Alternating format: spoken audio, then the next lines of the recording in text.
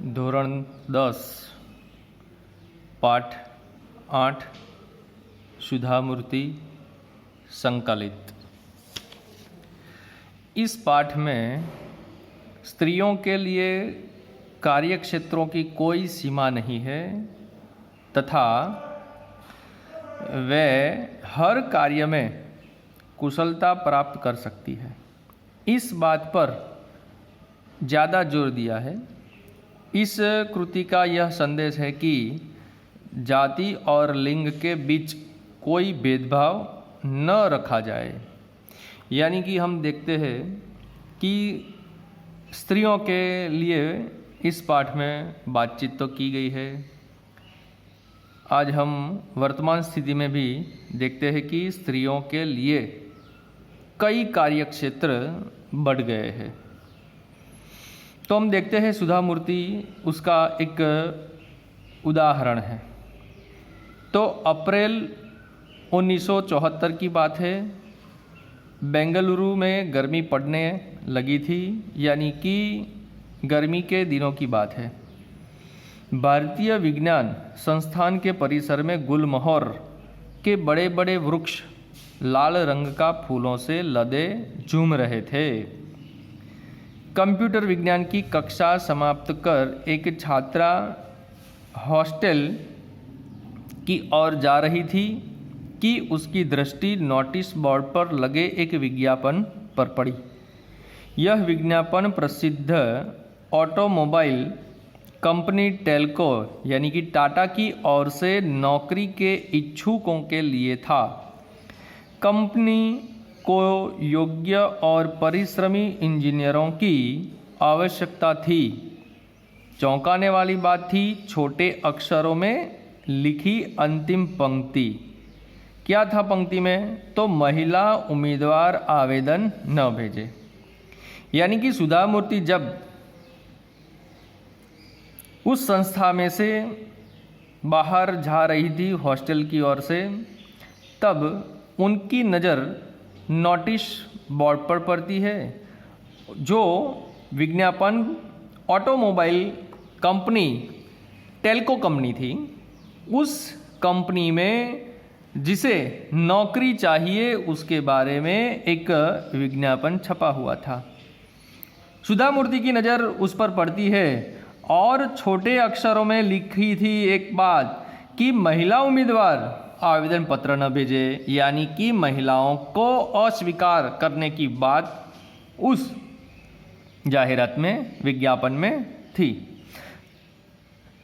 आगे पैराग्राफ में उसने एक बार नहीं 2 बार पढ़ा।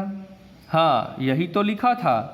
उसे नौकरी की कोई आवश्यकता नहीं थी, क्योंकि उसे विदेश से स्नातकोत्तर परीक्षा के बाद रिसर्च की डिग्री के लिए छात्रवृत्ति यानी कि शिष्यवृत्ति मिलने की पेशकश हो चुकी थी। वह स्वयं भी विदेश जाकर उच्च शिक्षा प्राप्त करना चाहती थी, परंतु यहाँ यह भेदभाव, स्त्री पुरुष में इतनी असमानता, बात उसे कुछ पची नहीं। सुधामूर्ति उस आवेदन पत्र में देखती है कि यह स्त्री पुरुष भेदभाव कैसा है। उसे आगे पढ़ने की पेशकश हो चुकी थी, फिर भी उन्होंने यह बात रुचि नहीं। वह अपनी कक्षा में हमेशा प्रथम स्थान पाती आई थी और कंप्यूटर विज्ञान की कक्षा में पुरुष सहपाठियों में अकेली लड़की थी। देखिए, हमें हिम्मत हारनी नहीं चाहिए। योग्य थी, परिश्रमी थी, नहीं उसे कुछ तो करना ही होगा। उस विज्ञापन को पढ़कर उसने सोचा कि नहीं, कुछ तो करना होगा। इस भेदभाव को सहना उसके बस की बात नहीं थी। वह इसका विरोध करेगी और डटकर करेगी। देखिए, जोरदार विरोध करना चाहती है सुधामूर्ति। उसने अपनी डायरी में आवश्यक सूचनाएं लिखी और तेजी से हॉस्टल की ओर चल दी। उसने निश्चय किया कि वह टेल्को कंपनी के सर्वोच्च अधिकारी को सूचित करेगी कि उनकी कंपनी इस प्रकार का अन्याय कर रही है। उसे उस सर्वोच्च अधिकारी का नाम मालूम तो नहीं था, केवल इतना पता था कि टाटा समूह के प्रमुख JRD टाटा है। उसने एक पोस्ट कार्ड लिया और JRD टाटा को संबोधित करते हुए लिखा, आपने भारत में लोहा, इस्पात, रासायनिक पदार्थ, कपड़ा, मशीनों के बड़े बड़े उद्योग लगाए हुए हैं। भारतीय विज्ञान संस्थान की स्थापना में बढ़ चढ़कर अपना योगदान दिया है। सौभाग्य से मैं उसी संस्थान में पढ़ रही हूँ। मैं हैरान हूँ कि टेल्को जैसी कंपनी स्त्री पुरुष के बीच ऐसा भेदभाव कैसे कर सकती है। देखिए यहाँ पर सुधा मूर्ति, JRD टाटा, उसे पता था, वहाँ पर वह पढ़ रही थी, फिर भी उन्होंने टेल्को कंपनी में वह जो JRD टाटा को लिखती है कि मैं यहाँ इस संस्था में पढ़ रही हूँ, फिर भी यह भेदभाव कैसा, यहाँ स्त्री पुरुष के भेदभाव यह उचित नहीं है। 10 ही दिन में कंपनी ने उसे तार भेजा। कंपनी के खर्चे पर पुणे शहर में साक्षात्कार के लिए उपस्थित हो। आवश्यक तैयारी के साथ वह लड़की पुणे पहुंची। साक्षात्कार आरंभ हुआ। काफ़ी तकनीकी प्रश्न पूछे गए जिनके वह सही सही उत्तर देती गई। तभी एक बुजुर्ग सज्जन ने स्नेहमयी वाणी में कहा, तुम जानती हो कि हमने महिला उम्मीदवार आवेदन न भेजे को क्यों लिखा था? क्योंकि यहाँ फैक्ट्री में मुख्य कार्यस्थल पर किसी महिला की नियुक्ति नहीं होती। तुम्हारी जैसी मेधावी लड़कियों को अनुसंधान शालाओं में जाकर कार्य करना चाहिए। मेधावी, होशियार, बुद्धिशाली। देखिए यहाँ कंपनी से तार आता है और सुधा मूर्ति को कंपनी के खर्च पर पुणे शहर में साक्षात्कार यानी मुलाकात के लिए उपस्थित रहने के लिए कहा जाता है। सुधा मूर्ति वहाँ जाती है, उसे तकनीकी प्रश्न पूछे जाते हैं जिनका जवाब सुधा मूर्ति सही देती है।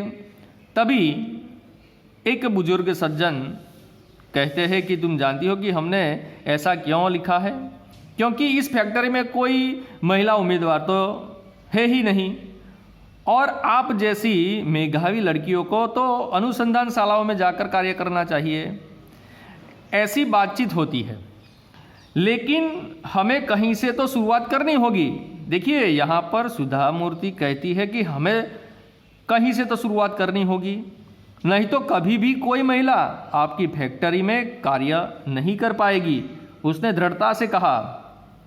वो कहती है कि आप शुरुआत तो करें तो आगे बढ़ेगी स्त्रियां नौकरी करने के लिए। एक लंबे साक्षात्कार के बाद, बातचीत के बाद अंत में उस वृद्ध सज्जन ने मुस्कुराते हुए कहा, ठीक है, यह शुरुआत तुमसे ही की जाती है, बधाई। और कंपनी ने कहा कि इस कंपनी में नौकरी के लिए तुम्हें रख लेते हैं, बधाई हो। टेल्को यानी कि टाटा में इंजीनियर, यहाँ पर ये परीक्षा में पूछा जाता है।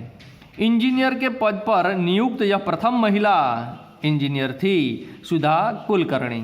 सुधा कुलकर्णी का विवाह टेल्को में ही कार्यरत श्री नारायण मूर्ति के साथ हुआ, यानी कि नौकरी करते करते उन्हें नारायण मूर्ति के साथ विवाह भी कर लिया। 8 वर्ष तक टेल्को को अपनी सेवाएं देने के बाद सन 1982 में उन्होंने अपने पद से त्यागपत्र दे दिया और बेंगलुरु में अपने पति श्री नारायण मूर्ति के साथ इन्फोसिस कंपनी खोली।